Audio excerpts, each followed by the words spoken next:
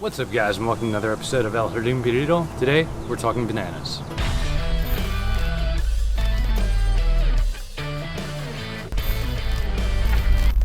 Alright, so I had a user, Steffi Joe, inquire about how to get your bananas to flower, and that kind of made me want to dive a little deeper into this because personally for me, I know my anticipation for bananas had initially been really crazy.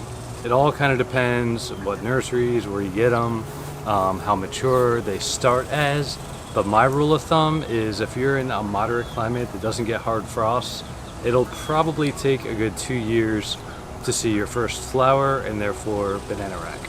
I have some bananas in different stages around the yard, so I wanted to kind of walk you around, give you kind of a timeline of what to expect and how long it would be from there.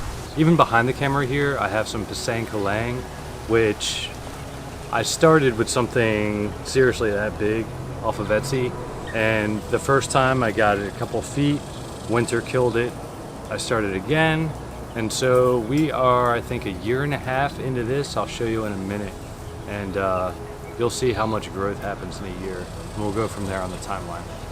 Alright, so as you guys can see behind me, this is the Pisang Kalang. To be honest, this is my first time with the variety, and every variety will vary somewhat in size. Judging from what I know, I usually kind of go by width, and think of a rack of bananas, and I'm going to say they weigh, anywhere from 25, 35 pounds. They could be upwards of, 80 pounds, depending on the production, your climate, etc. But for me, most of the time it's around, I'd say, 30 pounds, give or take, and a trunk needs to sustain that. So behind me, I'll show you guys a little more closer up, but these aren't going to sustain anything, but they're well established, I will say that. Bananas, they clump, they have a rhizome, and so not most, but a lot of their energy is underground. That's why they can survive certain frosts as long as they're not too hard. But yeah, a lot of the root system will be underground. So if we see here, like I said, maybe 1.5 years in the ground from a teeny tiny little sapling, and well, I guess it was a pup probably. Sometimes they grow them from seed and send you that, but it was probably just a pup, an offshoot, but it was tiny. And yeah, you can see it's got a lot of pups, it's got a lot of foliage, a lot of leaves, and I would say we may have a flag/flower at the end of the year, but I'm banking more on next season. So yeah, excuse the mess behind me, but I did want to show you these Orinoco's. I'll have to pan up in a minute here, but these are very well established. I will say this past winter, one thing that I have learned is depending on how hard the frost is, you may want to cut these flush to the ground, which I've heard a lot of people say, and I always wanted to kind of salvage anything that was left. There comes a point in growth where the flower is actually coming up the stalk, so if you cut that, you may be missing out on bananas. In the same token, if it flags and flowers and you start getting a rack and it's springing back, right after a harsh winter, there's a chance that it won't make enough leaves to photosynthesize and bring your fruit to maturity. So I have had a few scenarios of that, and that's something that I've learned about. So I guess it's kind of your discretion, and it's, you cut them flush, that's a little wait time, and you may not get bananas that season, so it's kind of a shot in the dark. It's up to you guys, but I've had it go both ways. I've had it where spring comes, it didn't freeze that hard, you get bananas right away, that's a plus. And then I've gotten some where, in my specific scenario, it flagged right away, didn't have the leaves to photosynthesize, I got a really weak rack, and then the whole tree died and fell over before the rack was even done ripening, and it was just kind of a waste. Never a complete waste for me because I have goats and chickens that'll eat that, but yeah, it was kind of a bummer. So I just wanted to show you the stage here. At this point, I had cut off the flower, which puts a little more energy into the fruit production, and so I'd say these maybe have a few weeks up until a month to fully ripen from this size. Orinoco's are close to plantains in the fact that rather than the traditional bananas, they're going to be a little bit fuller and bigger. And so, Stuffy Joe, I apologize for delaying your answer because I got a little too wrapped up in all the facets, but yes, the initial question was how to get fruit and flour to your banana in a fast manner. Bananas are very heavy feeders. Any organic matter, I would say just keep piling and piling on mulch. Say further down the road when you did get some fruit, you cut the stalks, cut them all up, throw them on there. Basically anything organic and tons of water. Depends on your region. Chances are if you can grow bananas, if you want to grow bananas, you'll be in 9 or higher, 9 or 10 or even 11. And yeah, so they need a good duration of warmth. So for us, you know, we have a few months where things slow down and even stop. I would say if it gets below 60 maybe, they're not going to produce in the least bit. They may photosynthesize a little bit and work on the rhizomes, but for the most part, you're not going to see any new leaves. You're not going to see any, even if you have a rack of bananas, they will not continue to produce if it gets too cold. I've had it where the bananas came out into the winter, and the entire winter, the bananas just were stagnant. They didn't ripen, they didn't fill out anything, and unfortunately the frost got to them and that was it. So just something to know, but I would say the main things are heat.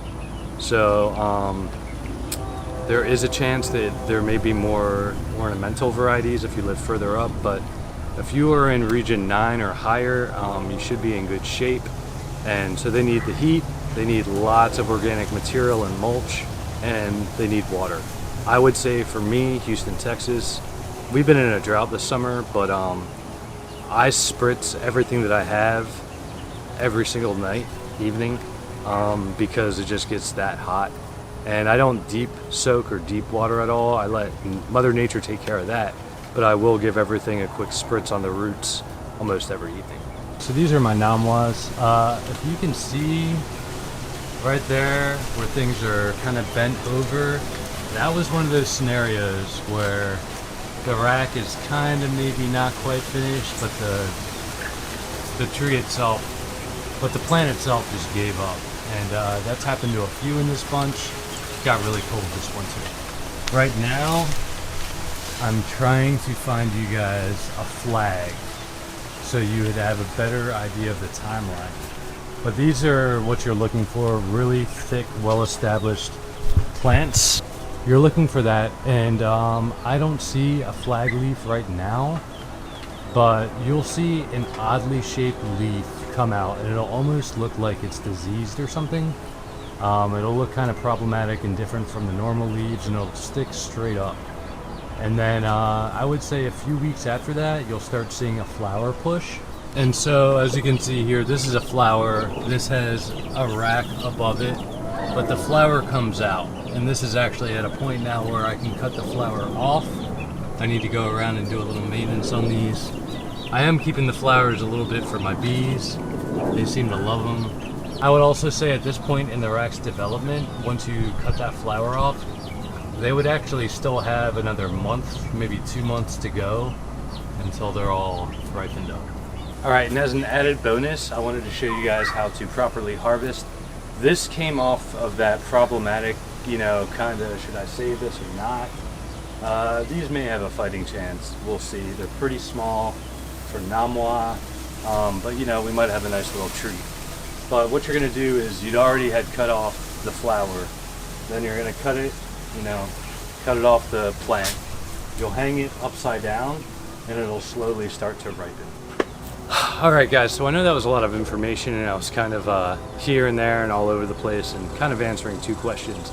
But just to recap, as far as banana production, depending on what nursery, how far along these bananas are, I would say a solid 1.5 years, 2 years, maybe 2.5 years, depending on how much warmth they get, to see your first flag or, you know, eventual flower and therefore a rack of bananas.